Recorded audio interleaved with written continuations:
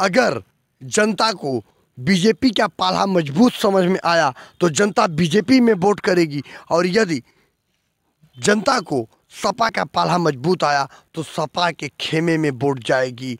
क्योंकि जिस तरह से ये संघर्ष चुनावी चल रहा है बीजेपी का और समाजवादी पार्टी का उत्तर प्रदेश में, ये चुनाव की सरगर्मी को काफ़ी दिलचस्प कर दिया है। और आप देखिएगा कि एक तरफ अपर्णा यादव का बीजेपी में शामिल होना, दूसरी तरफ बीजेपी की प्रयागराज सांसद रीता बहुगुणा जोशी का अपनी कुर्सी को छोड़कर पुत्र को कुर्सी दिलाने के लिए विधानसभा की सशक्त होना, और इसके लिए पत्र तक राष्ट्रीय अध्यक्ष को लिख देना बीजेपी के, ये बड़ा दिलचस्प होगा।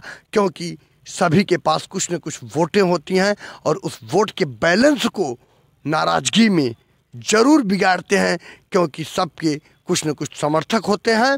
तो वो समर्थक कहीं न कहीं से थोड़ा थोड़ा कुछ न कुछ तो नुकसान करेंगे, कुछ सीटों को प्रभावित करते हैं।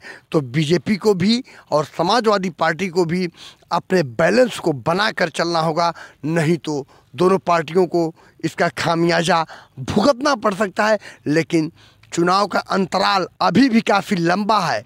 सत्ते पे काबिज होने के लिए बीजेपी को भी काफ़ी मशक्क़त करनी है, समाजवादी पार्टी को भी उससे भी ज़्यादा मशक्क़त करनी है।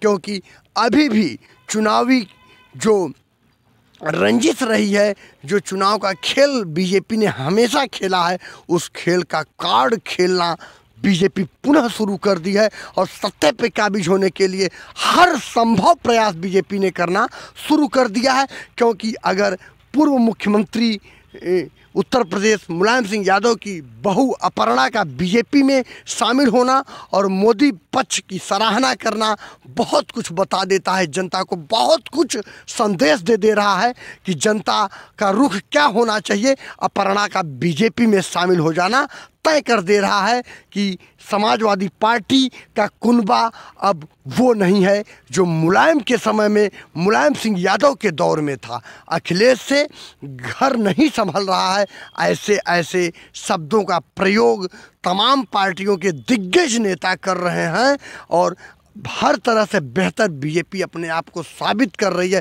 फिर भी बीजेपी में भी कुछ ऐसे नेत्रियां हैं जो कि पुत्र मोह में आकर अपने पुत्र के टिकट के लिए सशक्त हैं और प्रयासरत हैं, लेकिन बीजेपी टिकट देने से कतरा रही है। देखिए समय का क्या बदलाव है, क्या चक्र है कि कभी कांग्रेस की प्रदेश अध्यक्ष होके पूरी सीटों पे टिकट बांटने का जो कार्य करता था, वो आज एक टिकट के लिए प्रलाप गा रहा है, रो रहा है।